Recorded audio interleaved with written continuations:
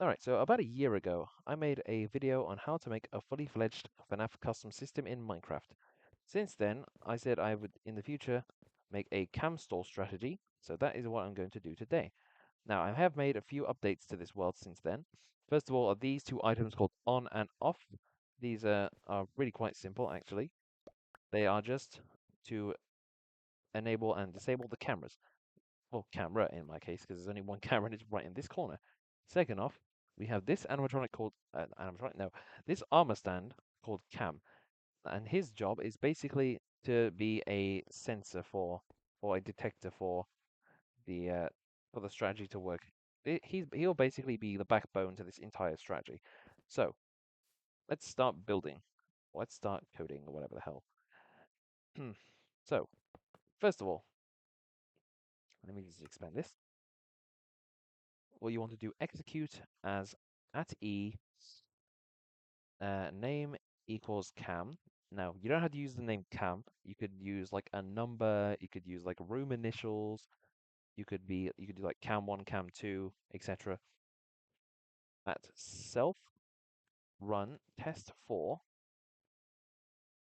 at a tag equals on cams, and you don't have to use on cams. Again, you can have like a scoreboard for the camera, for like a camera value or something. But I just find it easy to do a tag. And then you want to put the dimensions of whatever room you want him to detect, basically. So in my case, since there's only one camera, I'm going to do the entire building, which has these dimensional values. So that's not the right bracket. And then we set this to always active, and we put down a comparator, which I forgot to grab. There we go.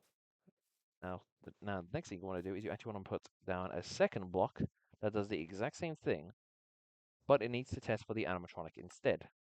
So we'll just change tag equals on cams to name equals whatever the animatronic is. So in my case, it's name equals test. And in my case, I'm also doing the same dimension the dimension of the building. Now this is always active, so why is it not working? Failed to execute test 4 as cam. Oh, hang on, because I did at A and not at E. There you go. Right, next thing you want to do is you want to put an AND gate for both of these blocks. And these will basically test the basically it will test for if the value is true. So next thing you want to do is you want to set if both values are true, you want to set the scoreboard set at e name equals that's a plus name equals test move and no, and in my case it's going to be set to 4. Now the reason it's set to 4 is because over here in this system the jump scare value is set to 3, and to effectively cam stall the best system I found to do is to set the movement value one higher than the jump scare value. And then I'm just going to break this so it doesn't break anything. And then we do, okay, it's not that, hold on, 1415 to 1615, which I don't have set right. So let's change this. You want to duplicate that block again.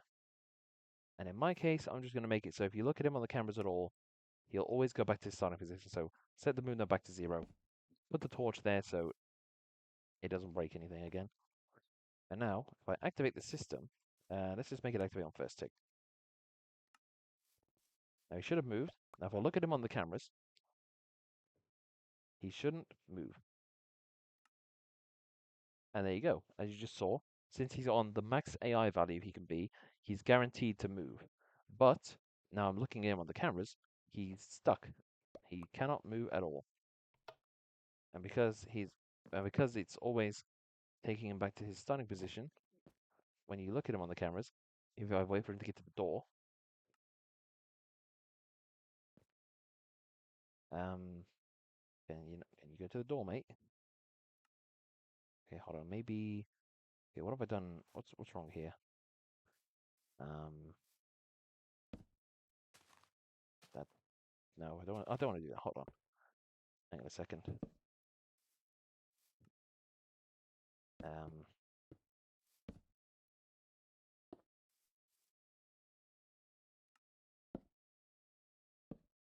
Okay, let's try this again.